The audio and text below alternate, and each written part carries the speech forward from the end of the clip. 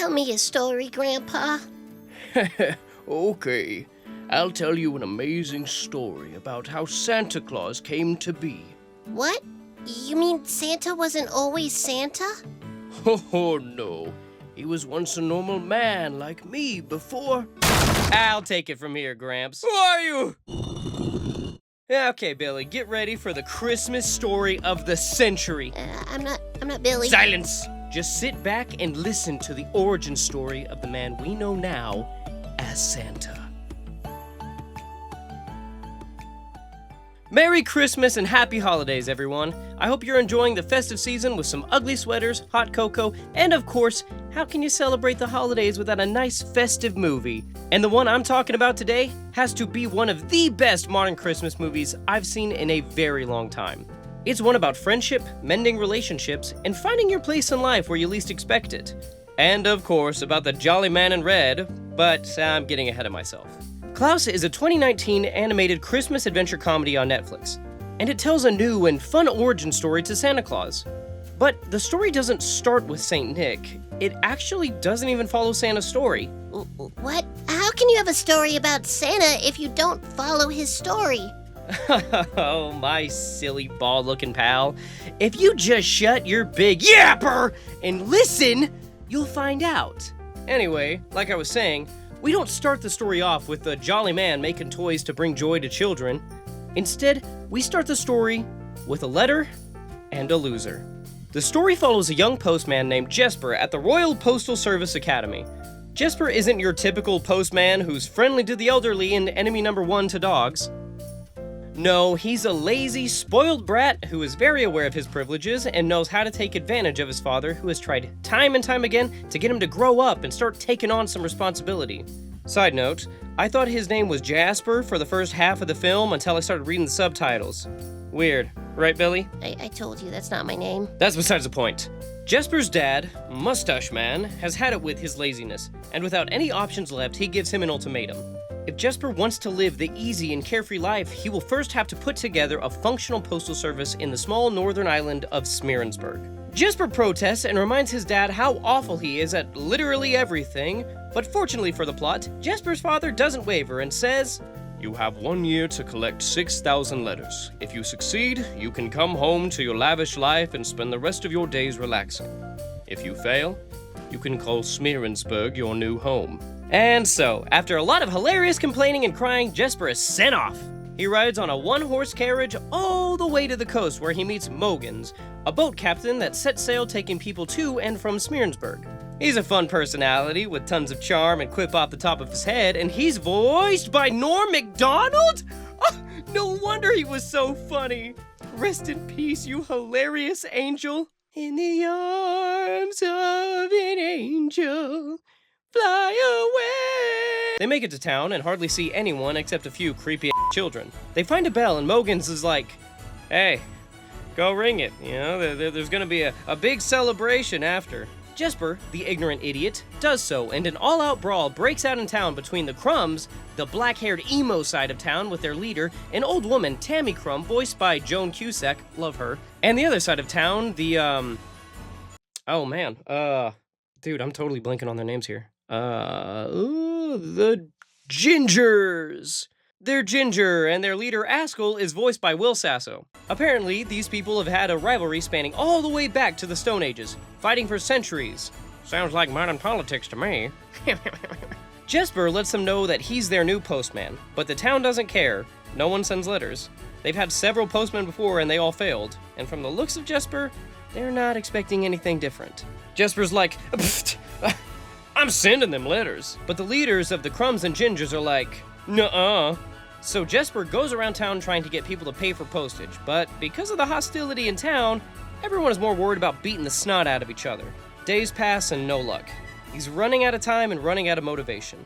It's hard getting up every day when you just get beat up and have to sleep in a shack with snow pouring in it. There's really nothing good about Smeerensburg? Not really. There's one person who understands Jesper's pain. Her name is Alva. Hello?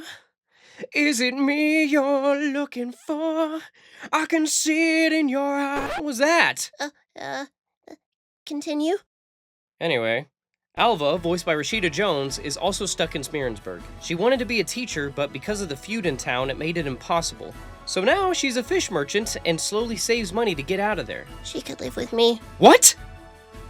I'm going to stop if you keep going. So, one day, Jesper is going around town when he comes across a sad drawing from a little boy. He then uses his mischievous ways to try and get the kid to pay for postage in order for him to return the picture. That's just cruel. The kid agrees because he thinks that's what he's supposed to do. Luckily, the kid's dad shows up, and when the boy asks his dad for a penny in order for Jesper to return the picture, the dad rightfully has his dogs chase Jesper and they beat the crap out of him. This is rock bottom. Sorry to get off topic again, but I just have to say that the character designs in this movie are literally S tier. The fun shapes and sizes, fun facial expressions, and the movements are so freaking good. I kept thinking to myself, this reminds me of Golden Age Disney.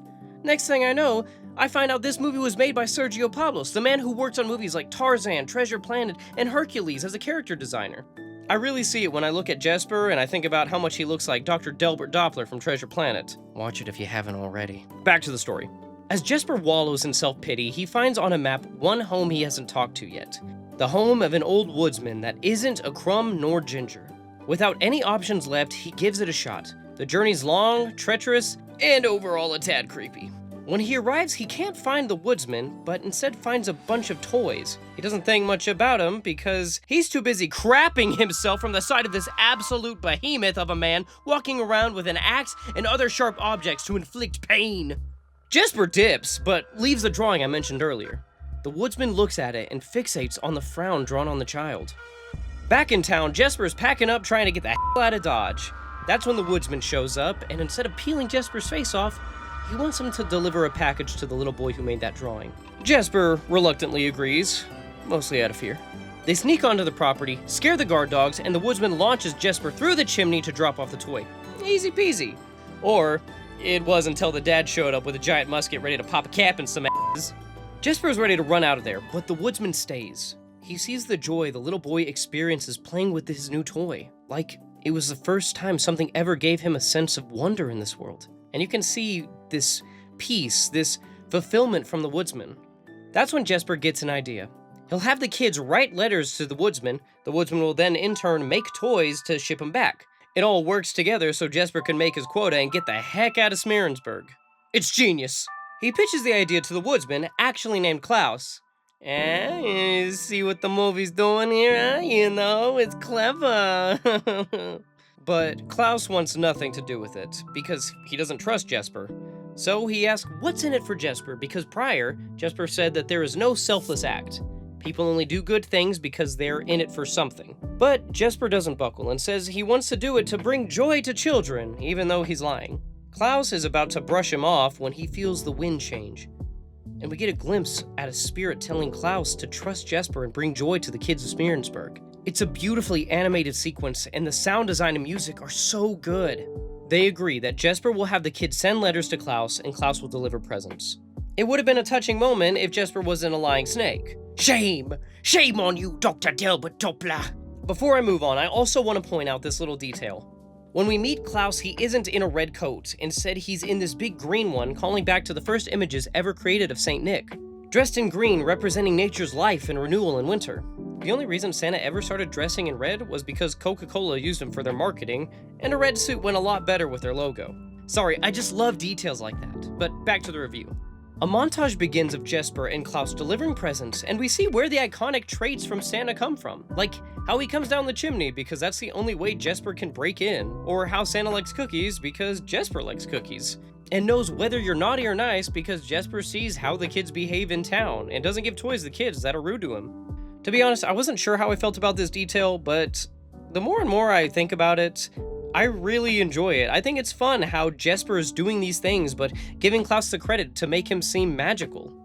The children of town love this so much that they all start acting nice and having fun playing together, whether or not they're a crumb or a ginger. They start a revolution of peace and goodwill among the town, and actually start helping the adults of the opposing sides, sparking this battle of good deeds. Everyone loves it.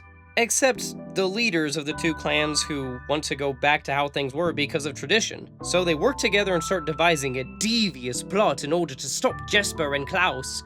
But let's get away from the ugly, evil, doo-doo caca people and talk about the happy stuff again. There was a subplot with Alva that I completely skipped, so let's talk about that. Oh my gosh, yes! Stop. Please. Some of the kids in town don't know how to read and write, so Jesper, needing as many letters as he can and knowing a teacher, sends the kids to Alva and asks her to teach them. She's reluctant at first, downright angry that she's having to teach these punk-ass kids, but after seeing how excited they got knowing how to spell their names, it reminds her of why she wanted to be a teacher in the first place. As the montage continues, she dips more and more into her savings to buy paper and pencils for the kids. She wanted to get out of Smearensburg for so long, and yet these kids meant more than that. It was beautiful. Yeah, she really is. Back to the main story. Jesper and Klaus start running low on toys. Jesper's like, make more! Because he's only 2,000 letters away from reaching his goal. But Klaus is like, nah. That's when we find out that the toys were always meant for Klaus's children. Sadly, Klaus and his wife never had them. And after she passed away, instead of making toys, he just made birdhouses. So, when we see that fulfillment earlier with that little boy playing with the toy that Klaus made for his own child, we understand how personal this was for him. It wasn't about building this reputation or being loved by the town. It was about giving this love that he had to keep for so long and spreading joy to the children of this gloomy town. But Klaus can't make toys anymore. It hurts too much. Jesper, being this beacon of empathy, rudely leaves and is like, fine, I'll make toys all on my own. That's when he runs into this little squirt Margot. She doesn't speak English, but her happy little face brightens up everyone's day. She shows up early in the story, but really isn't important until now. That's why I didn't really mention her until this point in the video. She has been asking for a gift from Klaus, but because no one can understand her, they've kind of ignored her. So Jesper takes her to Alva and is like, hey shawty, can you translate? So they do just that, and Jesper gets started on her ice glider looking thing. Back with Klaus, he feels the presence of his late wife encouraging him to build more toys to help the town. So he goes back, helps Jesper build Margot's sled thingy, and agrees that they will put all their efforts into building the entire town's gift just in time for Christmas. One night, all the presents, and all the joy. To help them reach this deadline, Alva, as well as Margot's people, come in and help them get ready. But it's at this time that the Crumbs and Gingers find out about Jesper's secret motives. It's Christmas Eve and everything is going according to plan when Jesper's dad shows up. He congratulates Jesper on exceeding his goal and getting 14,000 letters sent through Smearensburg. Like the audience, he's confused, and that's when it's revealed that the Crumbs and Gingers sent out 8,000 letters! Good lord, they could have done 2,000 and saved on postage. Oh, whatever, not my bank account. Klaus and Alva overhear and are pretty upset because they feel used. And can I just say, I was not a big fan of this. This trope of, you used us, maybe at first, but now I really care, just doesn't do it for me. I feel like that's all that they do in kids' films. I'm not too upset about it, I just had to say something. Something that did frustrate me, though, was how Jesper's dad was like, come on, let's go, and Jesper's like, oh, I don't have a choice. Like, what are you talking about? Just talk to your dad and say you want to stay. Why are you drawing this out? But because I'm not the writer, that's what happens. Klaus and Alva finish preparations and Jesper and his dad get on the boat to leave when, surprise, surprise, he tells his dad he wants to stay, and his dad, drumroll, lets him because he's a grown man. Wow. Sorry, I'm gonna let my saltiness go. Again, that part really annoyed me. Back with Klaus, the Crumbs and Ginger show up and are like, we're gonna break your presents! And Klaus, the absolute behemoth tank of a man that he is like, okay. So, the Gingers and Crumb move in to break all the presents. And I have to talk about this as well. Pumpkin, the Ginger leader's daughter, literally terrifies me. Like not seeing her eyes, knowing she could crush someone's skull, and the fact that the only word out of her mouth is, mine, in a deep voice makes her very off-putting and I do not like her. Anyway, Jesper shows up to save the gifts, so Jesper and Klaus, against Klaus's will, take the sled and ride down the mountain, and a kick-ass chase scene begins to protect the presents. But its coolness went away so quickly because they started losing presents. And you know what Klaus does to protect them? Nothing. All the toys they built, and he's not helping at all. Jesper is pleading, but he's like, nah, you got yourself into this mess, you can get yourself out. Like, think of the children, you petty old fart! So, the chase ends, and they lose all the presents. and right before the townsfolk can finish the job, we see that Pumpkin and the Crumb Leader's son, I forgot his name, are in love, and the fighting stops. Jesper is rightfully heartbroken when it's revealed that these presents were decoys, boxes filled with logs that Klaus chopped up. Okay, you sneaky old man. I'm sorry I called you an old fart. You're an alright guy. They knew the ambush was coming because the kids snitched on their parents to Alva, giving them enough time to set this whole thing up. And before you say that's lazy writing, remember that kids can't keep secrets to save their lives. So, shut up, Craig, you hater. I tell her my deepest, darkest secret. So, Jesper, Klaus, and Alva deliver all the presents before the sun rises. And when the children wake up, they can enjoy their first Christmas with Klaus.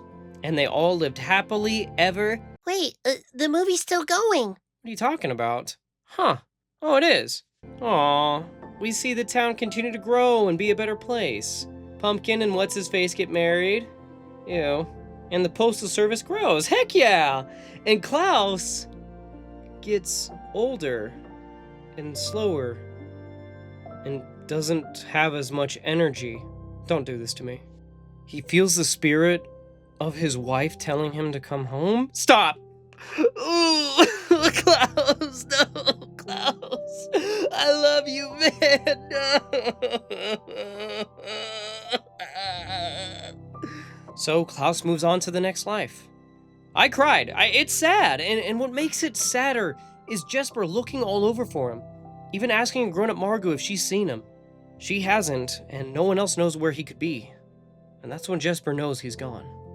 We jump to another Christmas years down the line, and Jesper and Alva tuck their two kids into bed and tell them they have to be asleep for Santa. And when I thought the movie was going to show Jesper picking up the mantle of Santa, it's revealed that the spirits of Klaus is the one that keeps up this tradition. His spirit explains how Santa can visit all of these houses in one night, bringing all the good boys and girls of this world presents and Christmas cheer. And Jesper, in his last line, reveals that every Christmas, he gets to see his friend again. If I cried hard when Klaus passed away, I was sobbing when that line was read. Klaus is one of the best modern Christmas movies I've ever seen. And believe it or not, it really helped put me in the Christmas spirit. So do yourselves a favor. If you have Netflix, give it a watch. You won't regret it. I know it's sad, Billy. But you're only this sad because this movie does a great job at getting you to care for the characters. It's not that. I'm crying because that angel Alva ended up with that dork Jesper. Thank you guys so much for watching. I loved making this video and sharing a festive movie just in time for the holidays. I cannot stress enough that you should go watch Klaus on Netflix if you can. And if you feel so inclined, why not show the video some love by liking and subscribing? It helps me out tremendously and lets me know what you guys want to see more of. Well, dogs, I'd love to stay and chat, but I'm gonna shovel a pound of Christmas cookies down my gullet before the new year. Merry Christmas and happy holidays, everyone!